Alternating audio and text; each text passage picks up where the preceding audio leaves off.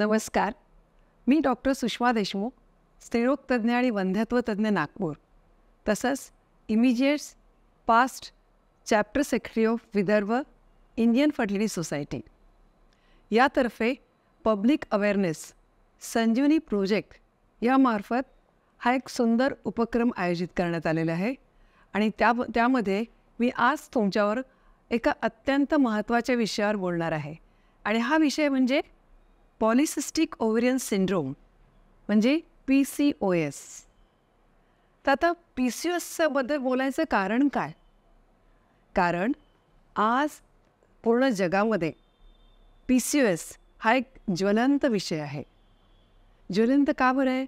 कारण PCOSचं प्रमाण 3% आज 22.5% पोचलेलं आहे आणि हे प्रमाण वरचेवर वाढतं आहे. म्हणून आज सगळीकडे जगामध्ये हा खूप एक काळजीचा विषय झाला आहे. तर आता बरेच जण आम्हाला पेशंट विचारतात, डॉक्टर PCOS म्हणजे नेमकं काय? ह्याच्यामध्ये नेमकं काय होतं? तर PCOS म्हणजे काय की अनेक लक्षणांनी एकत्रित झालेला हा आजार आहे. यामध्ये मासिक पाळीमध्ये अनियमितता येते आणि त्याचप्रमाणे नेमकं काय होतं की स्त्रीबीजांमध्ये जास्त प्रमाणात जरुरीपेक्षा जास्त प्रमाणात स्त्रीबीज तयार होतात. आता ह्याचं म्हणजे काय? नॉर्मली कसं असतं पहा की गर्भाशय आणि गर्भाशयाच्या 2 बाजूला 2 अंडकोश आणि फॅलोपियन ट्यूब असतात आणि दर महिन्याला एक स्त्रीबीज तयार होत असतं. मुलगी साधारणतः वयात आल्यावर आणि प्रजननशील अवस्थेतील स्त्रीमध्ये ही सगळी प्रक्रिया चालू असते. एक्झॅक्टली ही प्रक्रिया या PCOS असलेल्या मुलींमध्ये किंवा स्त्रियांमध्ये होत नाही. म्हणजे एक तर स्त्रीबीज तयार होत नाहीत किंवा व्यवस्थित प्रमाणामध्ये तयार होत नाहीत आणि तयार झाली तर ॲक्च्युली ते व्यवस्थितपणे फुटून त्यातील एक बाहेर निघत नाही. तर आता याची कारणं काय? बऱ्याच जणांना त्याचं काय कारण आहे? कारण असं पाहिलं तर कुठलंही ठोस असं कारण नाही. सगळ्यात महत्त्वाचं म्हणजे याच्यामध्ये आहे की थोडंफार आपण एक वेगळ्या प्रकारे अँगलने बघू. थोडीशी अनुवंशिकता, पाळीमधील अनियमितता आणि जी आधुनिक जीवनशैली आजकाल जी आहे त्यामध्ये आपण थोडंफार या प्रकाराला बसवू शकतो. आणि अनेक लक्षणं म्हणजे नेमकं काय होतं आमच्याकडं पेशंट वेगवेगळ्या वयोगटातील मुली येतात. साधारणतः पॉलिसिस्टिक ओव्हरियन सिंड्रोम हा स्टार्ट्स विथ द मेनार्की म्हणजे जेव्हा मुलीला मासिक पाळी चालू होते तेव्हा सुरू होतो आणि it ends with the menopause म्हणजे ऋतुनिवृत्ती झाल्यावर हा आजार थोडासा आटोक्यात येतो. पण जर व्यवस्थित हाताळला नाही गेला तर त्याची लक्षणं पाळी संपल्यानंतर पण दिसून येतात. पण रफली हा साधारणतः पाळी असणाऱ्या स्त्रियांमध्ये हा आजार जास्त प्रमाणात दिसून येतो.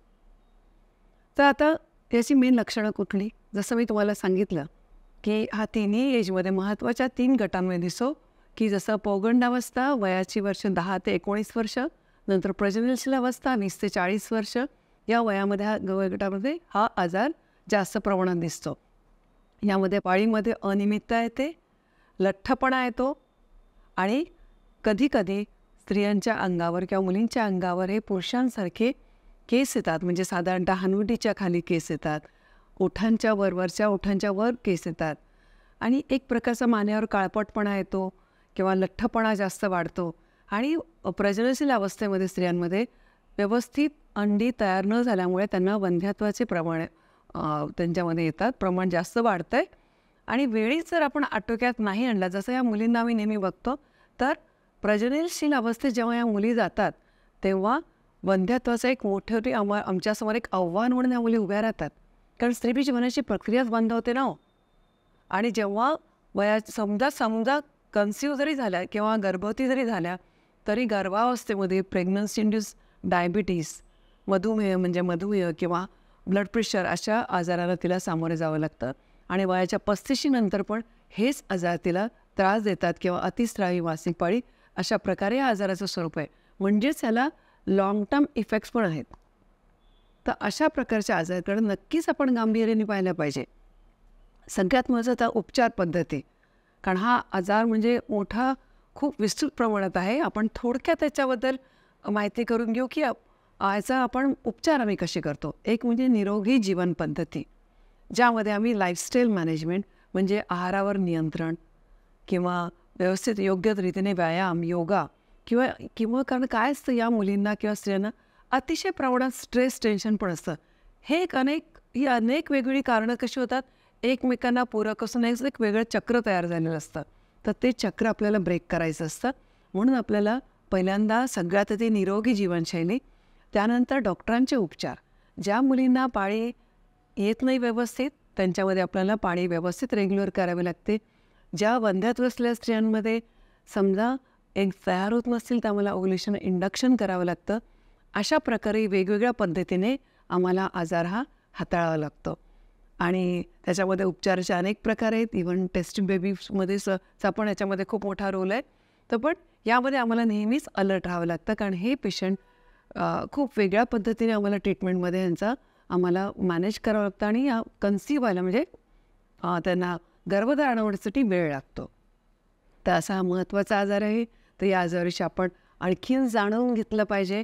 म्हणूनच जे ऐकणार आहेत त्यांनी लक्षात ठेवा की हा आजार वेळीच त्याच्यावर केले पाहिजेत उपचार. डॉक्टरांशी चर्चा करा निरंतर. तरच तुम्ही PCOSला तुम्ही ह्या विळख्यातून तुम्ही सुटू शकाल आणि त्याला कंट्रोलमध्ये आणू शकाल. धन्यवाद.